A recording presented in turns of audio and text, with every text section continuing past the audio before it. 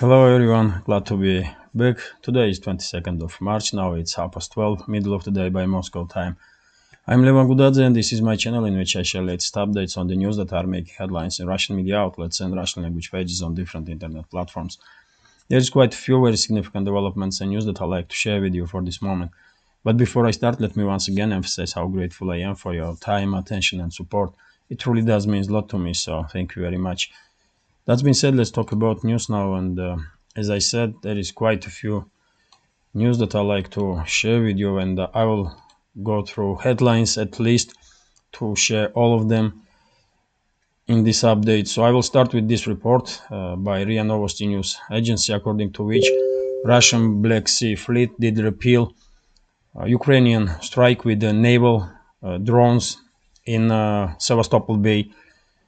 So we have statement from governor of Sevastopol, Mikhail Razvozhaev, who wrote on his Telegram channels that Russian Black Sea Fleet destroyed 3 unmanned naval drone of Ukrainian armed forces in Sevastopol Bay area, and Russian air defense systems also worked on aerial targets. So I assume there were strikes not just by naval drones but also aerial drones. No one was injured, no ships were damaged. Razvozhaev said that windows were shattered in a few buildings close to shore when Russian side did destroy naval drones. But still, this kind of strikes does show attempts from Zelensky's regime to strike deep inside Russian territory, shows with who Russian side is dealing with. And I'm quite sure once Zelensky's regime will receive long-range weapons, they will definitely try to use them against cities deep inside Russian territory. To be honest, my main worry at this stage is that in the desperation, Zelensky and his Nazi and criminal mass murderer henchmen may attempt to conduct terroristic strikes deep inside Russian territory with use of biological and chemical weapons. At this stage, when it's clear to everyone that able to think that Zelensky's regime and his Western masters are losing this fight against Russia, in desperation, they may do anything really. And my biggest fear is that they will try to conduct terroristic attack with the use of biological or chemical weapons. They cannot do nothing in a battle against Russian forces, so they will try to harm civilians as much as they can because they are mass murderers and Nazi criminals. So let's continue with news now, and this is also quite significant news. RIA Novosti is reporting based on statements from aide to head of DPR Yan Gagin, according to which Russian side did establish full control over the all roads that connects Bakhmut with Chisov. So let me show you on the map this area. So this is Bakhmut and this is Chisov, and this is not the biggest news right now because I was reporting that the Russian side did establish direct or artillery fire control over all the roads from Bakhmut. But still, it's good that we have official confirmation of this information. Same time, we had. I just shared a few minutes ago on my Telegram channel information that armed forces of Ukraine retreat from territory of Azom plant, which is north side of Bakhmut. Let me show you on this map, this area. So this is Bakhmut, and this is this steel plant in northern part of Bakhmut. And according to latest information, all this territory is under control of PMC Wagner units now. And if that's the case, then basically way is open for PMC Wagner to start conducting offensive operations in direction of city center from the northern side. And basically, if you take a look at the Bakhmut, battles now are closing in on city center. Battles are closing in on city center. My guess is that in few days time, maybe in few weeks time, we're gonna learn that many units of Bakhmut garrison did surrender to Russian side, but at this stage, this information is, let's say, not classified, but hidden from public, just to make sure that Zelensky's Nazi regime will not harm relatives of those soldiers, Ukrainian soldiers that are surrendering in mass right now, these days. And that's, as I was saying many times before, best decision they can make is to surrender to Russian side. And I believe this is happening right now when we speak. So that's yet again, this is my informed guess or prediction. So let's see how correct my prediction is, because I'm quite sure in few days time we're gonna, not few days, but in few weeks time, when this situation with Bakhmut will finally resolve, and when Russian side will establish full control over this territory, then we will probably learn about many Ukrainian units that did surrender during this battle, during the final stage of this battle. Let's continue now, and we have statement from Zaporozhye, from our official from Zaporozhye region, Vladimir Rogov, and according to him, Zelensky's regime now planning simultaneous counteroffensives in Zaporozhye direction. Some of those counteroffensives, will be just deception operations, but same time Zelensky's regime will conduct main counteroffensive that was announced for how many months. Now let me show you the Zaporozhye region. So we are talking about this area. This is the Zaporozhye region, a land bridge from Crimea to mainland Russia. And according to Rogov, main goal for Zelensky's regime is to reach Azov Sea, to cut this land bridge and establish control over the Melitopol and Berdyansk. That's Melitopol here, that's Berdyansk. There are some reports on different Telegram channels that simultaneously Zelensky's regime may try to conduct offensive from Ugledar direction, from Ugledar to Mariupol direction, which is also on the Azov Sea. But as I said many times before,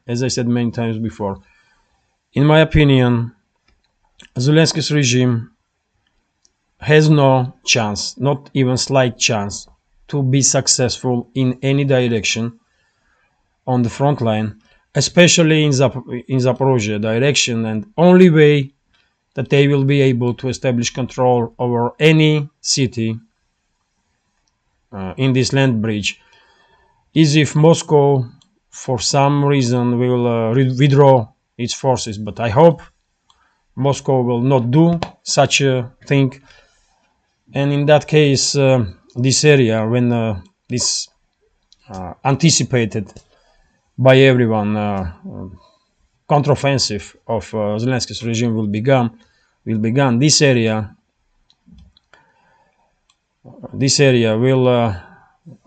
will become a graveyard for all those Western military equipment, including main battle tanks that were delivered to Ukraine, especially for this counteroffensive. So there is not much to say, really. I do believe that Zelensky's regime will fail, and that will be probably last blow for Ukrainian armed forces, after which after which Zelensky's regime will just don't have any army left, any capable army left. Let's continue now, and we have RIA Novosti's report about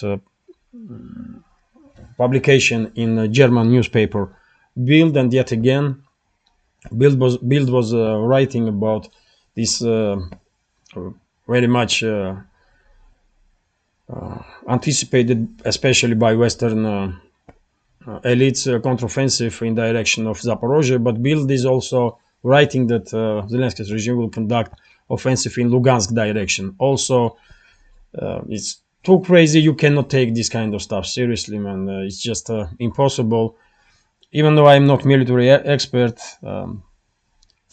my analysis of information that are in open sources was good enough, as I understand, because when everyone was expecting counteroffensive in previous days in direction of Bakhmut, I was saying from very beginning that there will be no counteroffensive in direction of Bakhmut because Zelensky's regime don't have forces to do so. I was right. Everyone else that were saying that they will be counteroffensive was wrong, and I'm saying right now again, there will be no Ukrainian counteroffensive in Lugansk direction whatsoever. They have no chance. And when it comes to Zaporozhye region, they will definitely conduct counteroffensive in Zaporozhye region. They will definitely try it because Zelensky has no choice. Washington is demanding this counteroffensive to take place because the Biden administration desperately needs any win, any successful story from Ukraine. Because as you know, in US presidential campaign, we can say already has started, not officially, but all sides are preparing for the next presidential elections, and Biden administration and the so-called Democratic Party, those neoliberal mass murderers, desperately need successful story from Ukraine, and that's why they are pushing hard Zelensky to conduct this counteroffensive, and that's why we are seeing informations lately that Western states will intensify deliveries of military equipment, especially armored personnel carriers and tanks, so that in 3 to 5 weeks' time, Zelensky's regime will have enough military equipment to start this counteroffensive. But yet again, this area here, this land bridge between Crimea and mainland Russia, will become a graveyard for all those German-made battle tanks and British-made battle tanks. And if US will send its battle tanks, Abrams battle tanks, they will find the last day in this land bridge here also. And we do have information I want to share with you, information that Washington will try to deliver Abrams main battle tanks earlier than it was announced from the beginning, because they do realize that after a year or two, it will be too late for Zelensky's regime to receive any military equipment. Really, so that's information that I'm talking about. So Washington wants to, according to Associated Press, Washington wants to deliver M1A1 tanks earlier than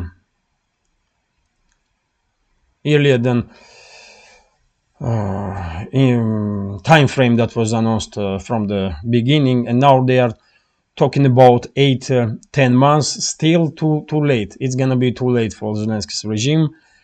So that's why I think in the desperation, and Washington, Biden administration is becoming more and more desperate. They are in desperation mode right now, and they may send to Ukraine M1, A2 battle tanks that are in U.S. Military service right now.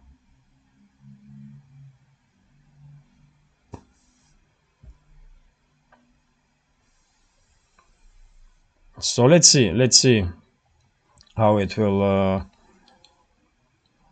go. But let me continue now. Still, nothing will principally change on the front line, no matter how many weapons Zelensky's regime will receive from Western states, NATO member states. This battle, Russia has already won. It's only a matter of time when it will become official. So more weapons NATO members will send. Longer this conflict will continue, but eventually Western elites will lose, and Russia will emerge victorious from this conflict with the globalist criminals that are running Western world. So let's continue now. And yes, next news that I was thinking to share with you was about this decision in US to deliver Abrams tanks to Zelensky's regime earlier than announced. That was announced from the beginning.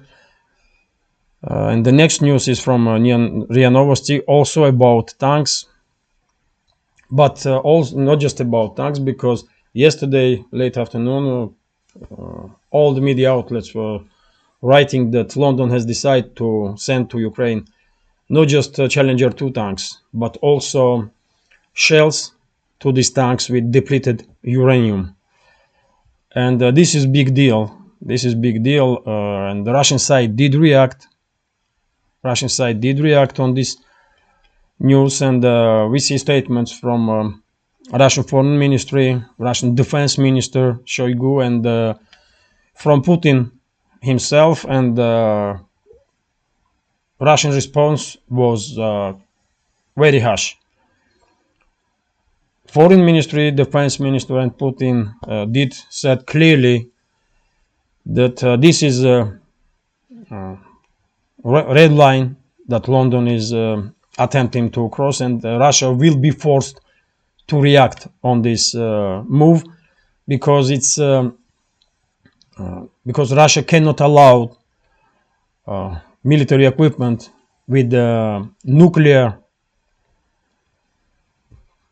elements to become a part of this conflict. So Russia will be forced to react on such development, and this is quite scary, because previously, as you know, Russian side officially stated that if West will deliver to Ukraine shells with the depleted uranium, Russia will take this this step as a use of dirty bomb and will react accordingly. So London is risking. I don't know what is wrong with the government of United Kingdom, but they are truly risking, and Russia may be forced to use some extreme force, maybe even from against United Kingdom.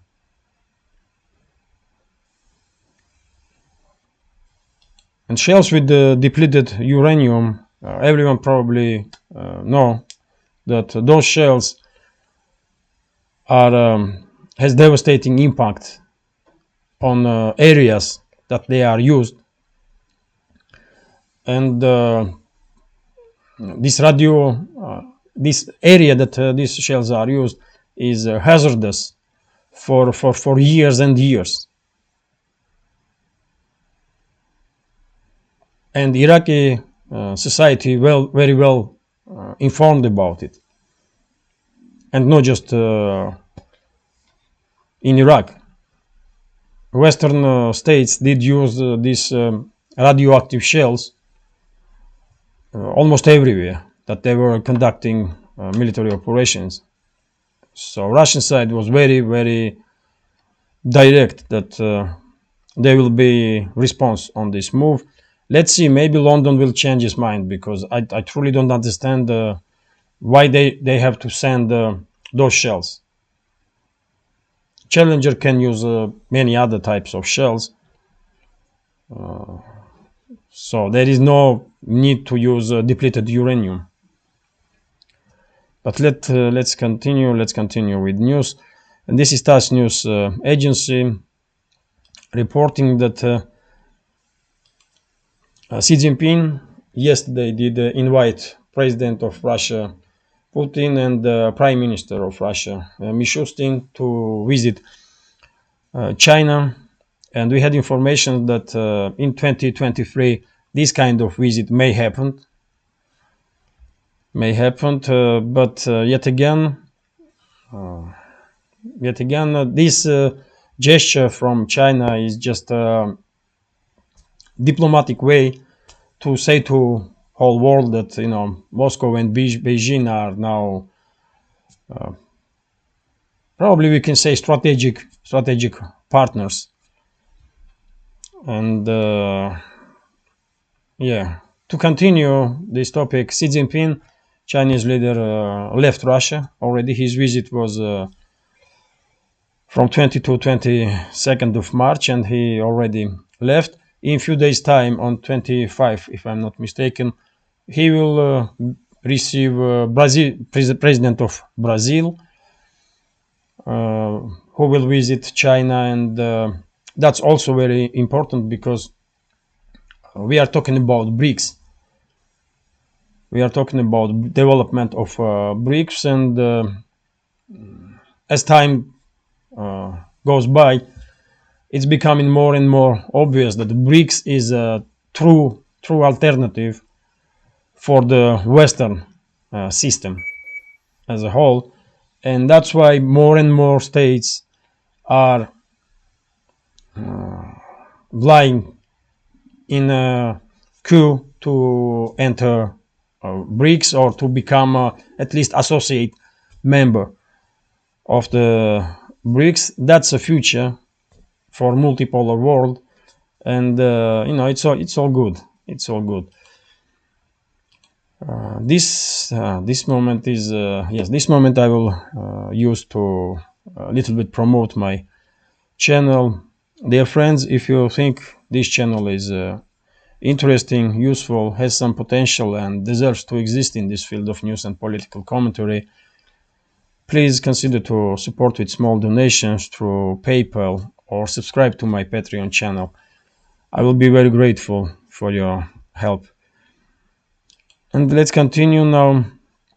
Let's continue. This is TASS News Agency's report that even Bolton, this warmonger criminal, is now openly saying that U.S. policies did force Russia and China to become very close partners, and now he is talking about dangers that this partnership between China and Russia is posing for U.S. In reality, this partnership not posing any threat for U.S. This partnership may pose may be some danger for globalists and U.S. elites that are part of this globalist criminal gang that are ruling Western world and want to rule entire world. But when it comes to U.S. itself, I'm quite sure it's in best interests of Russia, China, India, South Africa, Brazil, and all Middle East and all other crucial members of this globalist, not globalist, but multipolar movement. It's all in best interests of all those countries to see U.S. as a strong and fair partner. So Bolton is wrong. Chinese and China-Russian partnership is not danger for U.S. It's danger for globalists, and many U.S. citizens do realize this. So let's continue, and we have a statement from that's one example. For example, example.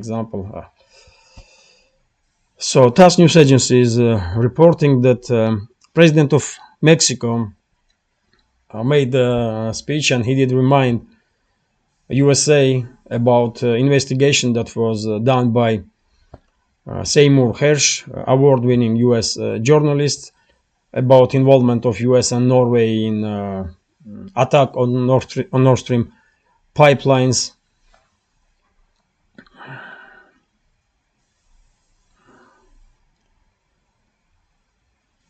And yes, he did stated that when it comes to attacks and dangerous behavior, US should look at himself first of all. And he has some points, isn't it? U.S. government for decades now, are conducting extremely aggressive foreign policies all around the world. And if in the 60s and 70s, U.S. was truly leading this world, U.S. and Soviet Union, there were two different ideologies, but U.S. was leading one part of the world, and USSR was leading different part. Then USSR was no more, and the US for some time become only leader in this world. But for some reasons, from Clinton and then rest of them, they did destroy reputation of US, and now just everyone is trying to stay away from US because it's too dangerous to be close to US. It's just too dangerous.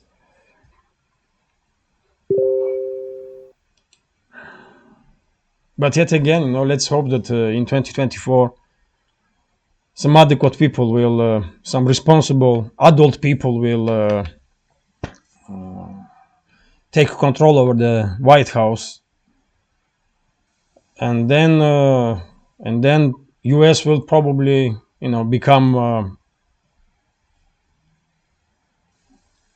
country that is more respected in this world. But right now everyone fears USA, but probably none do respect, not even neighbors of US, Canada and Mexico in this case. That's the president of Mexico is talking about, So let's continue now. And as I said many times before, man, world needs US. Russia needs a strong and just US, fair US. India needs, because the US is strong enough to balance China, for example, to balance Chinese influence. And that's why, in my understanding, it's very crucial and very important for Russia and India to become as close partners as possible to yet again balance Chinese influence, because it's obvious that in decades China will become a major power in this world. China is already one of the major powers, and if US will decline, it will be bad news for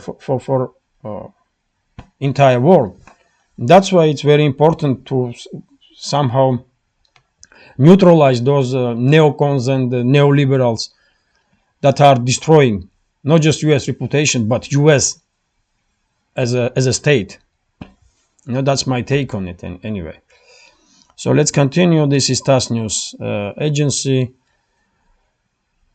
And yes, this is economical stuff. During the visit of Xi Jinping, Chinese leader, in Russia, there was some news that two sides are working on the projects,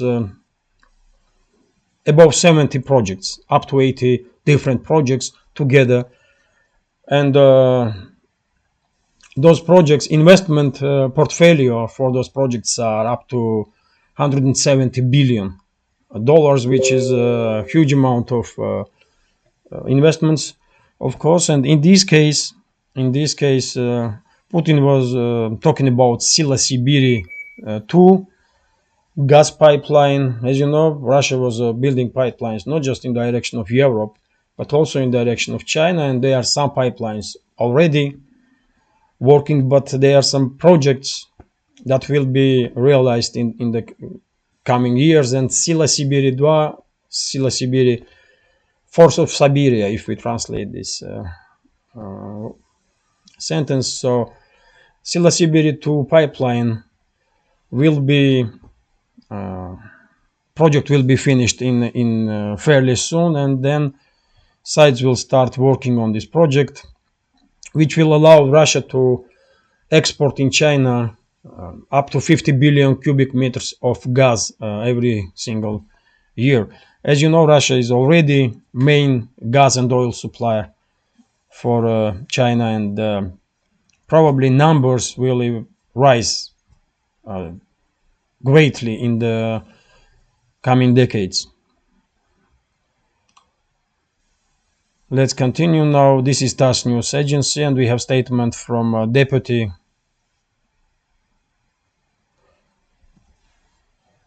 Prime Minister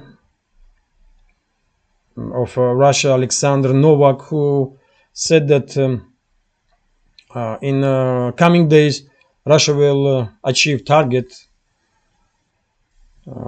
when it comes to oil production. As you know, Russia did announce quite some time ago that Russia will drop oil productions up to 500 barrels a day, and Alexander Novak said that in coming days, in few days' time, Russia will achieve this target, and this was done as a response of Western sanctions. That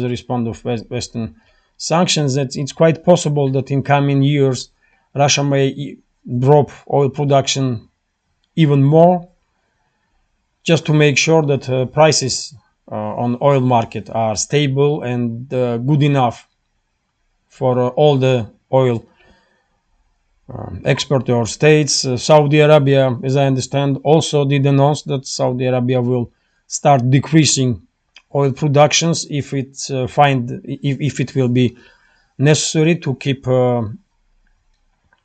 prices in a good level. So yes, 500,000 barrels a day. It's not that big of a deal, but same time this will allow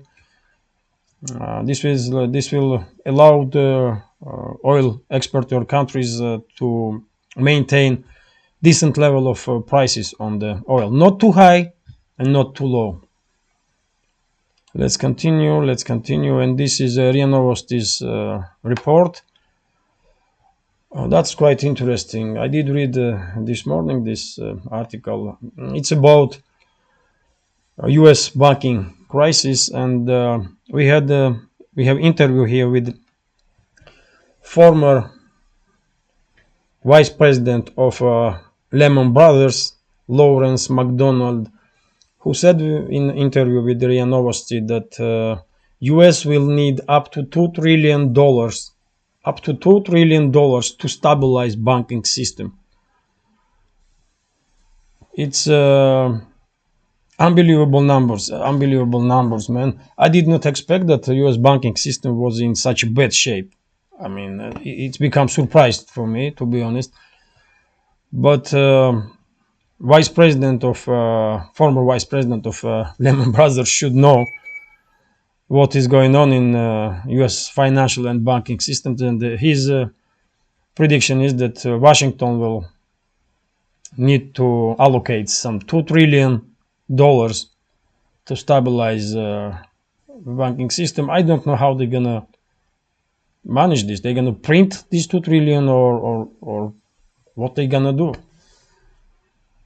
And same time, we have from same person, as I understand information, that up to 50 banks in US may go bankrupt in coming weeks and months. So it's quite serious stuff, as I understand. In the beginning, when Silicon Valley ended up in trouble, not that many experts were saying that it will be beginning of some big crisis in the US, but right now it seems like it is. It is some serious crisis, because 50 bucks, can you imagine how harmful it will be for ordinary citizens of US if 50 banks will go bankrupt, and how harmful it is going to be for economies, because banks play a crucial role for economy, isn't it? Let's continue, and yes, same person, same Lawrence McDonald, former vice president of Lehman Brothers, did also spoke about banking system of Russia, and he said that Russian banking system is quite strong now, because and kind of secure from devastating impact of banking crisis that are taking place in US or in Europe, because Russian banks mainly their assets have in gold and silver, so they can they are well enough prepared for any shortcomings that will may or may not occur because of this banking crisis in the West. But same time, Russian banking system is now basically are cut off from Western system, and influence, of course, has decreased dramatically, because it's impossible for Russian banks now to deal with Western banks in any way. Almost impossible, not entirely, but almost impossible. So, of course, because of Western sanctions, Russian banks kind of benefit right now, because they are more secure from this banking crisis in the West than some European banks. For example, as you know, major Swiss bank, Credit Suisse, end up in big trouble, and Swiss taxpayers now probably will pay 50 something billion to bail out that bank, which is crazy, but that's what is happening. Let's continue now, and this is gonna be last news for this update. Exchange rate of euro did reach 83 rubles for dollar, for euro, and dollar exchange rate is 76.99, almost 78 rubles for $1. Why I'm sharing this information? Just because I was predicting that little by little, step by step, but Russian exporters that have interest in weak ruble, and Russian central bank and finance ministry will manipulate with currencies, and try to weaken ruble, so that Russian exporters will have upper hand, and same time Russian budget will receive more rubles when foreign currencies, especially dollars and euros, are exchanged. And not just dollars and euros, just any currency, because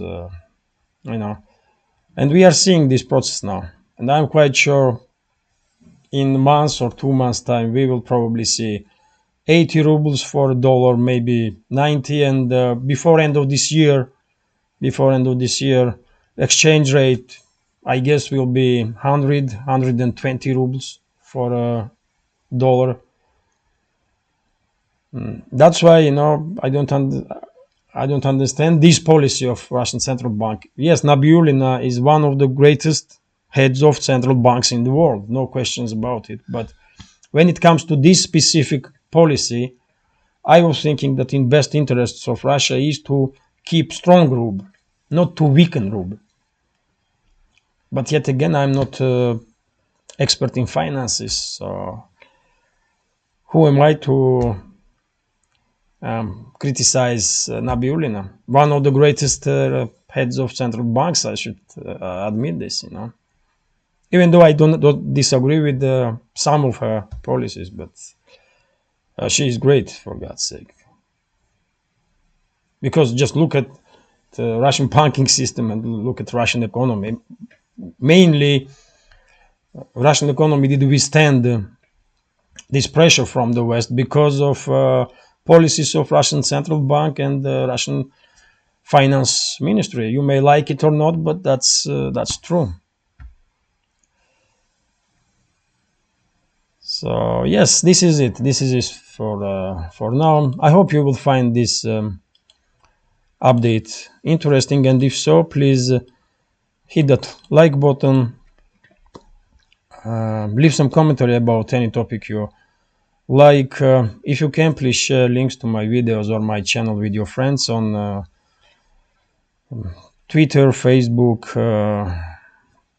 Telegram, or any other channel that you are active on. And yes, if you can and if you want to, you can support my channel with small donations through PayPal or by subscribing to my Patreon page. You will see links under this video in the description box. And yes, this is it for now. I wish you a great day and take care.